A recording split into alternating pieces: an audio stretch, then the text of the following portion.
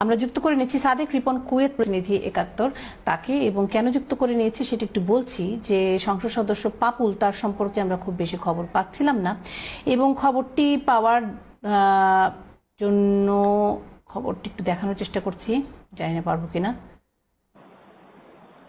জি, পাপুল কাণ্ডে কুয়েতি নারী ব্যবসায়ীর দেশত্যাগে নিষেধাজ্ঞা।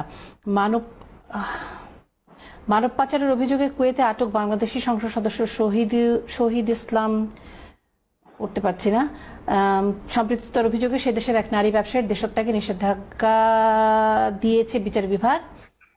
আরব টাইমস জানিয়েছে কুয়েতের শীর্ষস্থানীয় এক হোম ডেকোর কোম্পানির মালিক ওই নারীকে পাপুলের দুর্নীতিতে সম্পৃক্ততার অভিযোগে তলব করে কুয়েতের পাবলিক প্রসিকিউশন।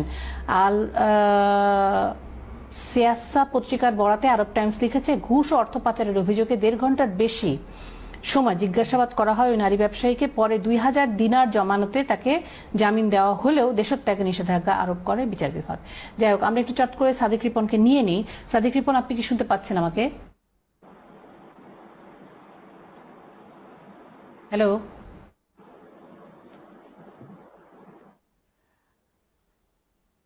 সাধারণত আপনি নিশ্চয়ই লক্ষ্য করছেন যে এই খবরটির খুব বেশি কিন্তু পাওয়া যাচ্ছে না, এবং এবং এটার একটা পর্যায় পর্যন্ত শেষ হয়েছে। সেটি হচ্ছে তাকে যেটা কুয়েতের পাবলিক প্রসিকিউটর তাকে ২১ দিন কারাগারে দেওয়ার জন্য একটা আবেদন করেছেন। সেই প্রেক্ষিতে এই মুহূর্তে রিমান্ড শেষে তিনি কিন্তু ২১ দিনের কারাগারে আছেন। তারপরে বিচার প্রক্রিয়া শুরু হবে এবং বিচার প্রক্রিয়াটি হওয়ার পরে তারপরে আরো বিস্তারিত বেরিয়ে আসবে। আমার ধারণা এখনো পুরো পর্যায়টি এখন ইনভেস্টিগেশন পর্যায়ে আছে, ফলে এই মুহূর্তে খবর পাওয়ার সুযোগ নেই। আর কুয়েত তো আমাদের মতো না বা অন্যান্য দেশের মতো না যে আমাদের প্রতিদিন সাংবাদিকরা গিয়ে কোর্টের বারান্দায় দাঁড়ায় থাকলেন এবং আপনি সব খবর পেয়ে গেলেন। ফলে সেই দিক থেকে হয়তো আমাদের আরো কিছু সময় লাগবে পুরো বিষয়টা। তবে আমি মনে করি যে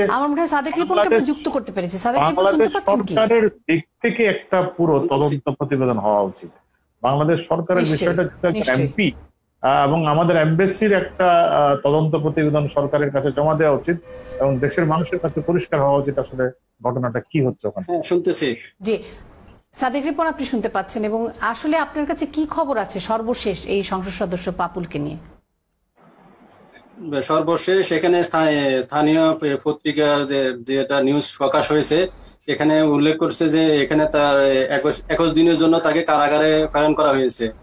মানে এতদিন পর্যন্ত সে রিমান্ডে ছিল, রিমান্ড করে কারাগারে গেছে, পাঠানো হয়েছে। তো এখন পরবর্তীতে যখন শুনানি হবে, ডেট হবে, তখন আবার তাকে আদালতে তোলা হবে।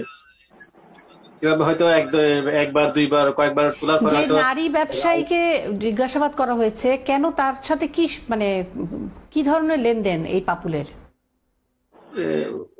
ওই নারী কুয়েতি নাগরিক, তার সাথে অর্থ মানব পাচারের একই মামলায় অভিযুক্ত। সিআইডি তাকে অ্যারেস্ট করে, পরে তাকে ২,০০০ দিনার জামানতে জামিন দেয়। তারপর তাকে দেশ ত্যাগে নিষেধাজ্ঞা দিয়েছে, যাতে সে দেশের কুয়েতের বাইরে যেতে না পারে। কিন্তু কি মনে হয় যে এখানে অনেক কুয়েতি লোকজন জড়িত, কুয়েতের মন্ত্রী, এমপি, ব্যবসায়ী, বিরাট একটি মহল জড়িত। সেই বিষয়গুলো কি কুয়েতি গণমাধ্যমে বেরিয়ে আসছে কারা কারা এর পিছনে জড়িত আছে? কারণ এই ধরনের একটি চক্র না হলে তো আর দীর্ঘদিন ধরে তিনি এই কাজটি চালিয়ে যেতে পারছিলেন না। তার মানে কুয়েতের প্রশাসনের মধ্যে যথেষ্ট করাপ্টেড লোকজন আছে। হ্যাঁ, কুয়েতের বর্তমান যে স্বরাষ্ট্রমন্ত্রী উনি যথেষ্ট আন্তরিক এবং বিষয় ব্যবসায় যারা করে বা এটার সাথে যারা জড়িত এটার বিপক্ষে বিরুদ্ধে অনেক কঠোর তিনি। তো উনি যেটা বলছে আর কি, সে কুয়েতি হোক বা এটা নিয়ে কুয়েতের সংসদীয় মন্ত্রীরা অনেক গত কয়েকদিনে এটা নিয়ে আলোচনা করছে। মানে বাংলাদেশিদেরকেও বিভিন্ন ভাবে বলতেছে বাংলাদেশিরা দেশেও ইয়া করে, মানে কি ঝগড়া বিবাদ করে, এখানেও অপরাধ করে, এরকম ভয়েস তারা সংসদে বলতেছে। তো তারা এরকম বলছে যে যাতে যদি কোনো কুয়েতিও যদি আটক থাকে, তারা কুয়েতি বা এখন কুয়েতের নাগরিক প্রশাসনিক কর্মকর্তা যদি থাকে, তাদের নাম প্রকাশ করার জন্য, যদিও কয়েকজনের নাম প্রকাশ করছে এবং তাদেরকে তারা যে পদে আছে বা পোস্টে আছে তাদেরকে অব্যাহতি দেওয়ার জন্য জানিয়েছে, দাবি করছে অনেক মন্ত্রী, স্থানীয় এখন যারা আছে রানিং এমপি। ওখানে বাংলাদেশের এমবেসি কি কাজ করছে এই ব্যাপারে কোনো ব্রিফিং দিচ্ছে কিনা, আর হচ্ছে লোকাল পত্রিকায় কেমন আসছে এই কথাটা? লোকাল পত্রিকা প্রত্যেকদিন মনে করেন যখনই আপডেট কোন তথ্য থাকে তারা প্রকাশ করে। কুয়েত টাইমস, আরব টাইমস, আল-কাবাস, স্থানীয় যে পত্রিকাগুলো আছে খুব গুরুত্ব সহকারে দেখতেছে বিষয়টা মানব পাচারের, বিশেষ করে সে বাংলাদেশি এমপি ওই হিসাবে আরো বেশি গুরুত্ব দিতেছে বিষয়টা। ওনার ব্যবসাটা কি ছিল? মানব পাচার বলতে আসলে কি এক্স্যাক্টলি? উনি কি এখান থেকে লোক নিয়ে যেত এবং সেটা কি পরে তাদেরকে পাচার করতো কোথাও? ব্যবসাটা এক্স্যাক্টলি কি? না না, এখানে পাচার এরকম না, এখানে পাচার করার সুবিধা নাই। ওনার একটা কোম্পানি আছে, মারাফি কুয়েতিয়া কোম্পানি, তো ওখানে ক্লিনিং কোম্পানি আছে, ক্লিনিং এর সেক্টর আছে, যেটা কুয়েত, যেটা মানে আখত হুকুমা বলে, 18 নাম্বার ভিসা, যে আখত হুকুমা ভিসাগুলো 18 নাম্বার বলে। কিন্তু অন্যান্য দেশে লোক নিয়ে যেত কিন্তু চাকরি পেত না, এরকম বিষয়টা না। চাকরি দিত, এখানে চাকরি হইতো, চাকরি হইলো কিন্তু দেখা যাচ্ছে বেতন দিত কম।